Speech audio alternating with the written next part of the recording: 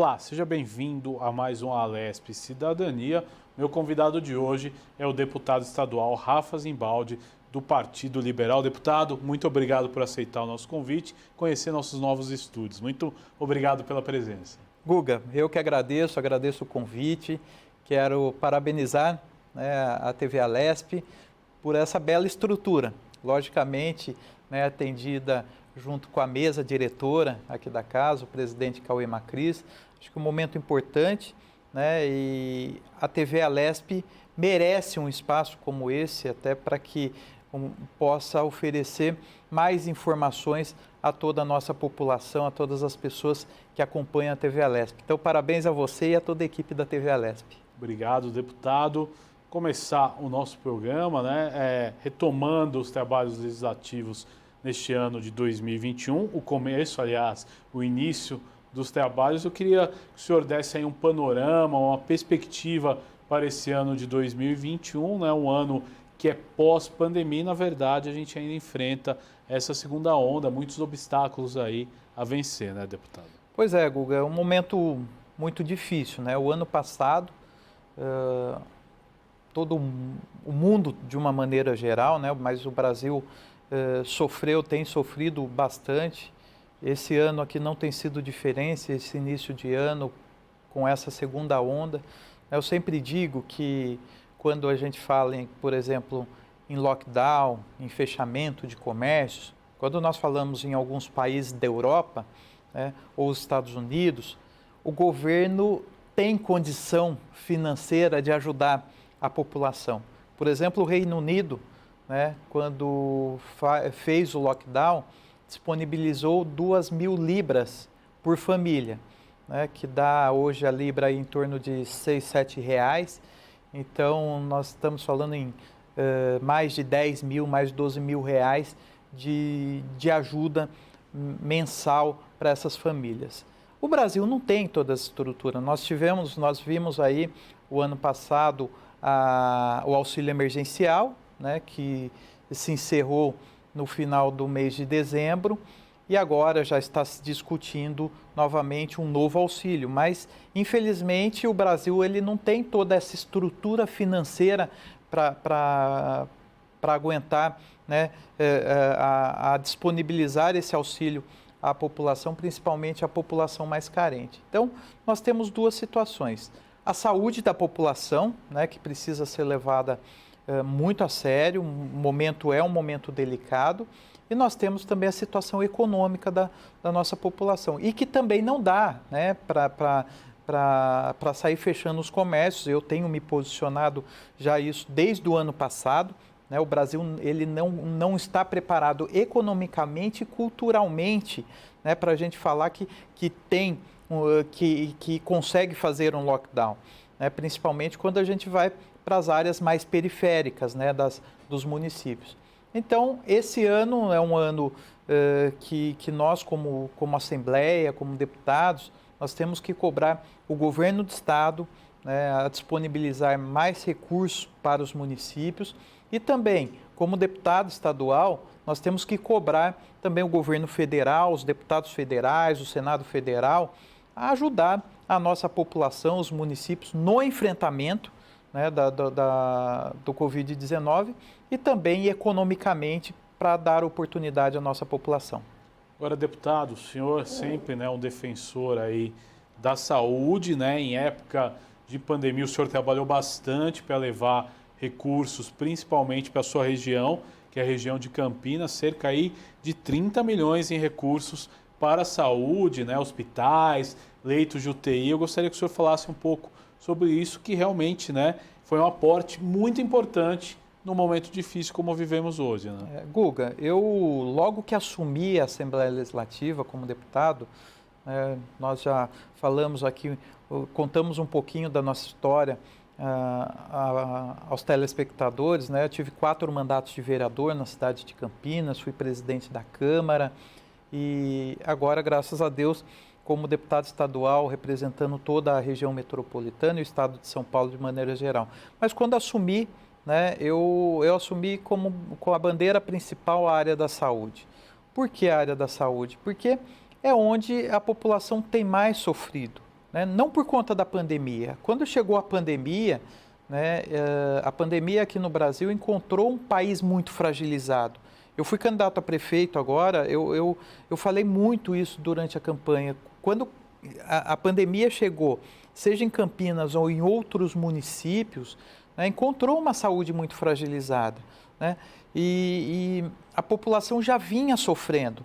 A população não está sofrendo por conta da pandemia somente, mas já vinha há anos esperando um exame, há anos esperando uma consulta, esperando cirurgias, pessoas que morrem na fila de cirurgia, aguardando a oportunidade de cirurgia. Às vezes a população, as pessoas, elas são diagnosticadas com câncer, leva 5, 6 anos para conseguir fazer o tratamento de quimioterapia. Então, já é difícil de reverter, né? Exatamente. Então, a saúde é muito fragilizada no nosso país, né? Embora o Sistema Único de Saúde é um exemplo para todo mundo, né? Para todos os outros países, mas a tabela SUS, ela, há mais de 10, 12 anos, ela não é reajustada. Então, eu assumi com essa bandeira, né? De ajudar os municípios a levar uma saúde mais digna à população, porque eu acompanho muito essa situação nos municípios, as dificuldades, né, dos hospitais municipais, mas nós temos também os hospitais filantrópicos, as Santas Casas e hospitais filantrópicos. E nós conseguimos, só para a cidade de Campinas, mais de 31 milhões de reais que conseguimos aí no enfrentamento da pandemia. No enfrentamento à pandemia e também na liberação de recursos para a área da saúde de maneira geral. E mais de 40 milhões para o restante do estado de São Paulo. Ou seja, nós precisamos, como deputado, como parlamentar, cobrar a Secretaria de Saúde para dar, né, condições, principalmente, Guga, nós temos aí os hospitais filantrópicos, que eles estão sofrendo demais. Santas Casas e hospitais filantrópicos no Brasil, eles são responsáveis por mais de 65% do atendimento SUS no nosso país. Por isso, pela prática da filantropia que eles praticam, eles precisam ser valorizados. Por exemplo, o governo do estado, agora no final do ano, fez um corte de 12% no Pró Santa Casa, no Santa Casa Sustentável. Ou seja, nós precisamos ir na contramão disso, não é cortar, nós precisamos investir mais. Então, como deputado, eu tenho buscado muitos recursos para a área da saúde, né? Não só nas emendas parlamentares, mas também na liberação de leitos de UTI. Por exemplo, a Unicamp, nós conseguimos um investimento de mais 7 milhões de reais na liberação de leitos de UTI, que não atende só Campinas, atende mais de 40 municípios na nossa região.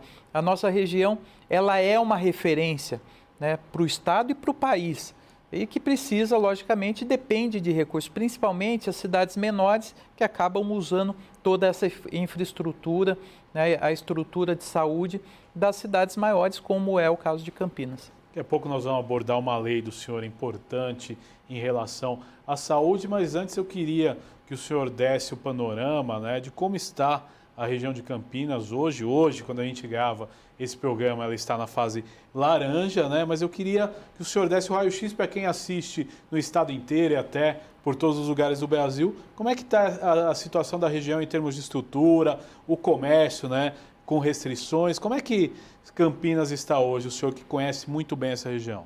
Olha, Guga, nós estamos sofrendo demais, né?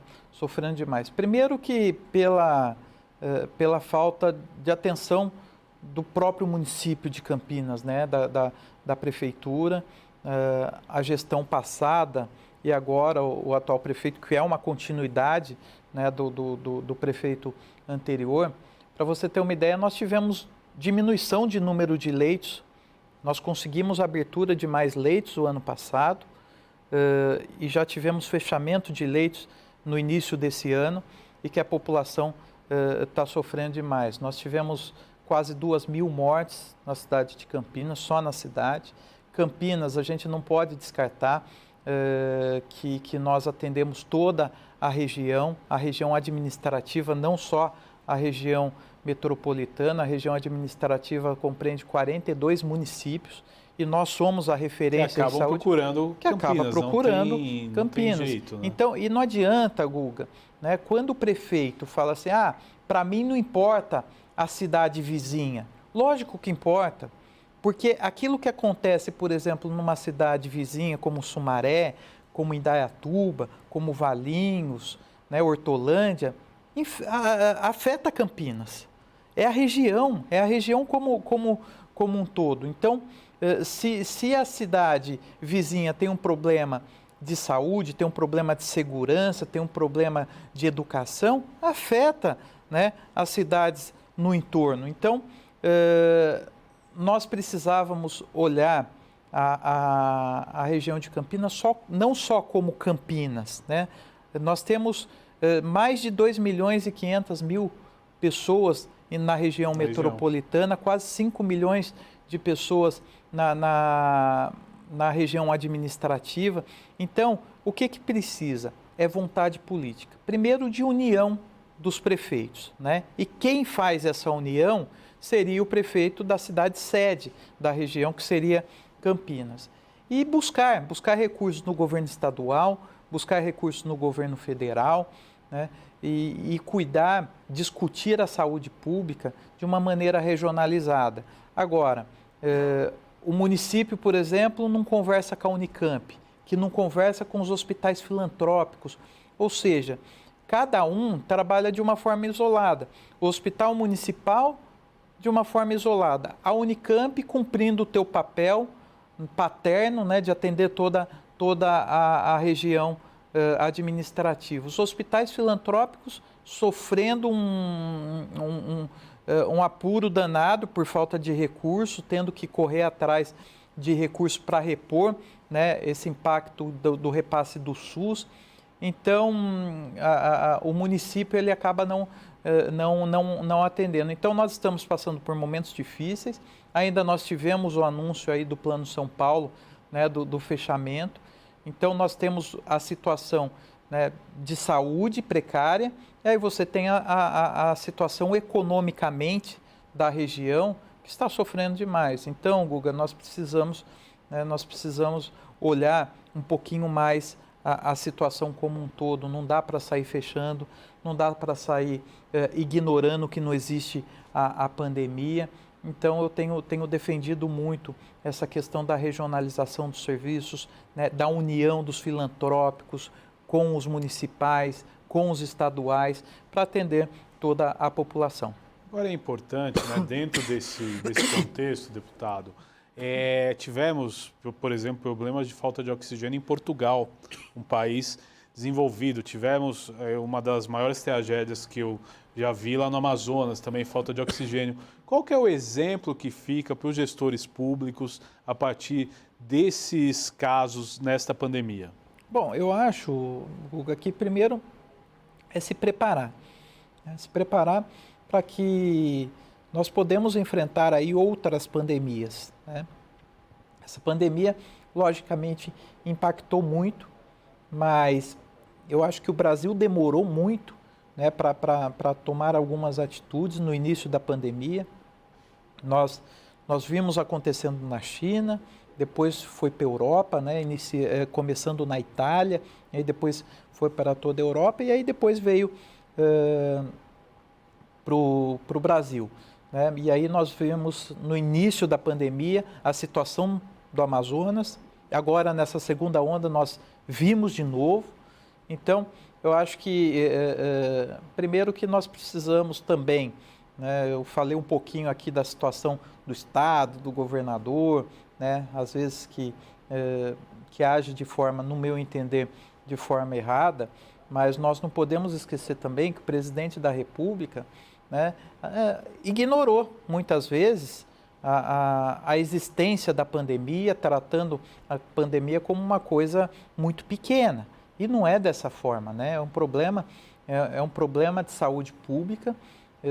Agora, graças a Deus, nós temos aí a vacina que está chegando devagar, mas está chegando, que é a esperança de toda a população. Mas esse exemplo dessa pandemia, Guga, tem que entrar para a história, né? E os agentes políticos, os agentes públicos precisam entender que pode vir outras pandemias, né? E que nós precisamos estar preparados, né? Então, nós precisamos aí fazer uma reestruturação do Sistema Único de Saúde no país, e isso eu acho que o Parlamento, né, o Congresso Nacional, o Senado, a Câmara dos Deputados, as Assembleias Legislativas, as câmaras municipais, precisam começar a olhar a necessidade, né, da reforma do Sistema Único de Saúde, da atualização da tabela SUS. É algo que nós precisamos, é inevitável nós discutirmos essa reforma da saúde. Esse debate é necessário, né, deputado? Totalmente necessário, não tem condição. Hoje, Guga, eu falei aqui dos hospitais filantrópicos e santas casas, né, responsável por mais de 65% do atendimento SUS no país. Você não encontra hoje uma santa casa numa situação financeira boa. Todas as santas casas, mais de 95% das santas casas, elas estão endividadas, né? E aí, o que o governo federal, o que o Estado, o que os municípios faz para ajudar as santas casas? E nós não estamos falando aqui de um hospital municipal, nós estamos falando de uma instituição filantrópica, né, que vem de muitos e muitos anos, né? Se não fossem os nossos hospitais filantrópicos, se não fossem as nossas santas casas, a saúde estaria muito pior. Então, o que nós precisamos é discutir a reforma do Sistema Único de Saúde urgente. Agora, deputado, voltando para o seu mandato e na área de saúde, o senhor teve um projeto sancionado pelo governador João Dória recentemente, que é o projeto Saúde Nota 10, e vai de encontro, né, com os hospitais aí filantrópicos, né? Então é importante que a gente explique para o nosso telespectador como é esse projeto, né, quem é beneficiado, de que forma é beneficiado. Ô Guga, né, eu falei aqui da situação dos filantrópicos, né, e enxergando essa situação, né, eu tenho tido contato bastante com o pessoal da FEOSP, da Federação dos Hospitais Filantrópicos e Santas Casas, e também com a diretoria de vários hospitais filantrópicos, e vendo essa dificuldade, né, a gente começa a pensar como é que nós podemos ajudar como deputado. Além de ficar mandando emendas, nós precisamos ajudá-los de uma forma mais concreta, né? Porque hoje eu mando uma emenda para um hospital filantrópico, o mês que vem ele já está precisando de novo, porque isso é natural, né? A demanda de saúde pública ela é muito grande, então nós precisávamos de algo contínuo. E aí foi aí que saiu o projeto O Saúde Nota 10. Né, que é? Obrigando todas as farmácias a destinarem o crédito da nota fiscal paulista a um hospital filantrópico ou a uma santa casa. E o que isso significa? Significa um investimento de quase 500 milhões de reais que serão investidos nos hospitais filantrópicos, entendeu, Guga? Isso de forma contínua. Então nós estamos falando em 500 milhões de reais por ano, né, para todos os hospitais filantrópicos e santas casas. Então, a única forma que nós encontramos de poder ajudar mais a saúde do nosso estado de São Paulo. E é algo muito simples, né? Muitas vezes as farmácias, ou ela destina o crédito da nota fiscal paulista a uma instituição filantrópica, assistencial, ou muitas vezes acaba não destinando ninguém, jogando o cupom da nota fiscal paulista fora. Então, o que nós fizemos? Bom, não existe farmácia se não existe médico, se não existe hospital. Então, nós pegamos o setor farmacêutico e nós obrigamos todas as farmácias a destinarem, né, a um hospital filantrópico a Santa Casa. E dessa forma, Guga, nós estamos aí já desenhando com a própria FEOSP, né, a Federação dos Hospitais, de uma forma regionalizada. Vamos supor uma Santa Casa, um hospital filantrópico que atende uma determinada região. Então, todas aquelas farmácias, né, daquela região vai destinar aquele hospital filantrópico. Então, isso é uma forma de minimizar o problema do hospital filantrópico. Resolve o problema? Não, Guga, não resolve o problema. Né? Para você ter uma ideia, uma UTI neonatal, o SUS repassa R$ 1.500 para cada UTI neonatal.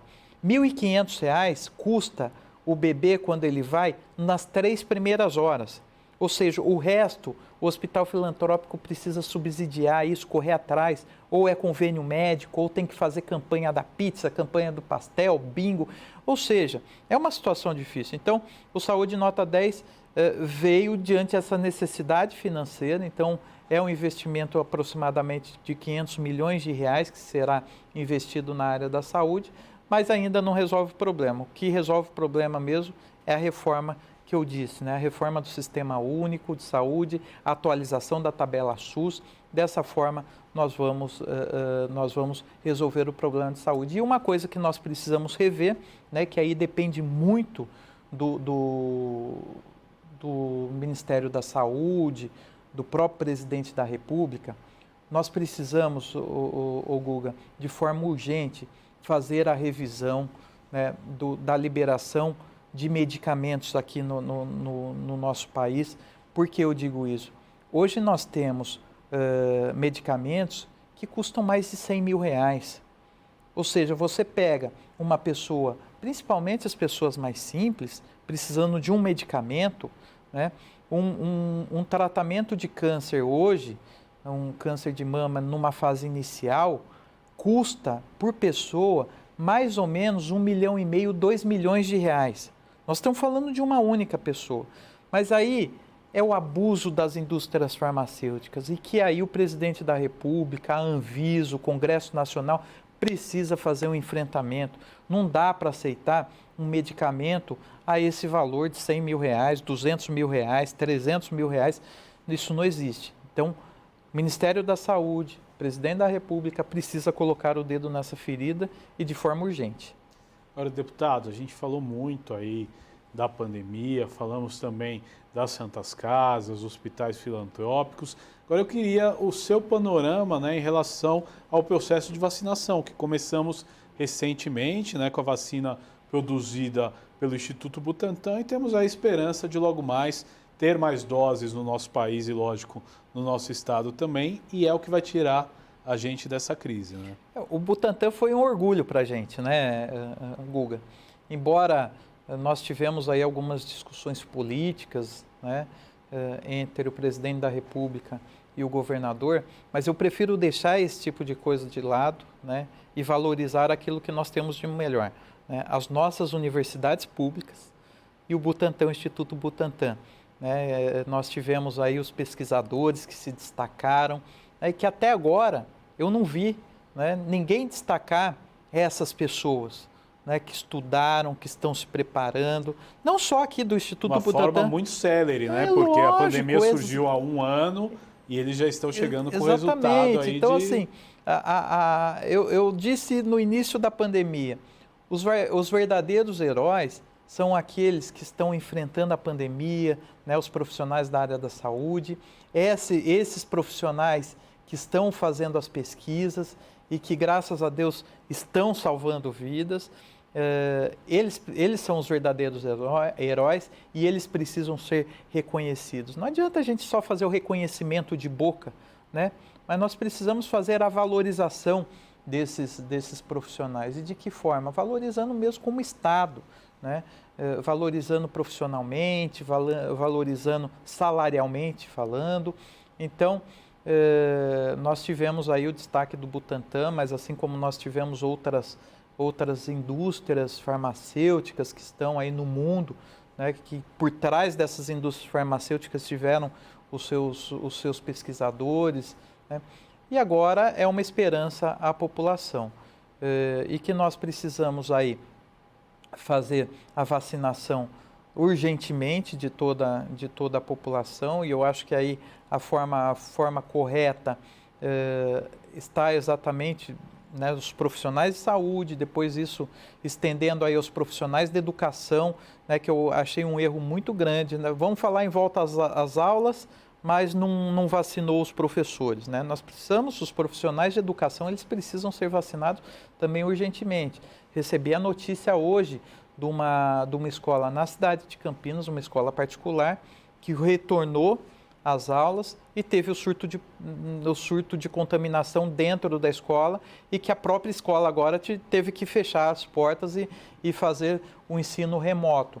Então, nós precisamos aí os profissionais de educação, a população de mais idade, a população mais idosa e aí, né, disponibilizando para toda a população. Mas é a esperança que fica, né, Guga? Essa esperança é a esperança de que isso vai salvar muitas vidas. Então, eu como deputado, eu valorizo muito e prefiro não ficar politizando, né? Ah, a vacina A é boa, porque a vacina B não é tão boa. Não, todas as vacinas, né? Eu sempre digo, em que momento que você que tomou a vacina, né, ou que a sua mãe te levou para vacinar, perguntou de onde que era a vacina, se era da Índia, se era de Oxford, se era da China, nós nunca perguntamos, né? Então vacina é vacina, né? E o povo precisa ser vacinado, e para mim não importa se a vacina é de um país ou de outro país, o que nós precisamos é da vacinação. Logicamente, todas as vacinas têm a sua eficácia, até porque foi aprovada aí pela Anvisa, a agência reguladora. Então, a esperança é de que essa vacina possa atender toda a população. Deputado, estamos indo para a parte final do nosso programa, mas eu queria abordar um tema que o senhor também trabalha muito no seu mandato. Em época de pandemia, as pessoas acabaram perdendo emprego, cada vez mais foi necessário aí uma qualificação profissional e o senhor é a padrinha e tem um projeto, né, que é muito conhecido na cidade de Campinas. Eu queria que o senhor falasse um pouco dele. Guga, os Jovens do Futuro é um orgulho, né, para mim, porque foi um sonho familiar da minha família, da minha mãe, né, que se tornou realidade. Hoje o projeto Jovens do Futuro já qualificou profissionalmente, gratuitamente, mais de 25 mil pessoas. E quando a gente vê momentos de crise como esse que nós estamos passando, né, nós passamos, né, a crise econômica, quando nós tivemos o impeachment da ex-presidente da República e agora nós entramos aí nessa pandemia, muitas pessoas ficaram desempregadas e o que nós precisamos é dar oportunidade a essas pessoas. Então, os Jovens do Futuro é um projeto social, né, que eu iniciei aos meus 18 anos, antes de ser vereador, antes de entrar para a vida pública. Hoje nós temos mais de 100 voluntários dentro do nosso projeto social. Ele continua sendo social, ele continua trabalhando com voluntários, não tem dinheiro, não recebe recurso público, né, nem do município, nem do estado, nem do governo federal. Quem ajuda porque acredita no projeto social e o que nós levamos, né, e como deputado eu tenho essa oportunidade de dar essa ideia aos prefeitos, aos vereadores, né, de juntar a população, né, de uma forma voluntária, dar oportunidade às pessoas, dar qualificação profissional, porque muitas vezes você tem a empresa, você tem a oportunidade, mas você não tem a qualificação profissional. E eu tenho defendido muito isso, né? Nós precisamos, logicamente, estudar cada região, né? E estudar a necessidade das vagas que tem naquela região. Muitas vezes a empresa vai para o município, só que o município não tem mão de obra qualificada. E aí entra o poder público, a necessidade de você dar qualificação profissional a essas pessoas, para que essas pessoas tenham oportunidade de trabalhar, né? Eu vou dar um exemplo, na cidade de Campinas agora, na região de Campinas, na cidade de Paulínia, vizinha de Campinas, está sendo instalada a sede da Amazon. A Amazon é uma empresa, é uma multinacional, né, na área de tecnologia, é uma empresa de 7 bilhões de orçamento, né, 7 bilhões de orçamento, vai gerar mais de 1.000 empregos ali na região, então precisa dar qualificação profissional. E é dessa forma que eu venho defendendo. Eu valorizo muito os projetos sociais e, como deputado, aqueles outros projetos sociais que eu tenho condição também de brigar por recursos, né, para destinação de recursos, para dar oportunidade aos jovens, a adultos. Também defendo, por exemplo, a profissionalização através de uma ETEC, de uma FATEC, a Univesp, né? São escolas muito importantes à nossa população. Deputado Rafa Zimbaldi, eu quero agradecer a sua participação conosco neste programa. Guga, eu que agradeço todas as pessoas que nos assistem, desejar um ano abençoado, colocar o nosso mandato de deputado aqui à disposição e que Deus possa continuar abençoando o nosso estado, nosso país, né? E se Deus quiser, logo nós sairemos dessa pandemia. Obrigado pela oportunidade, Guga, e parabéns mais uma vez à TV Alesp pela bela estrutura. Obrigado, deputado. Este foi mais um Alesp Cidadania. Eu convido você a acessar as nossas redes sociais, nosso canal no YouTube, também o Facebook e o Instagram. Você continua agora com a programação da Rede Alesp. Até um próximo encontro. Tchau.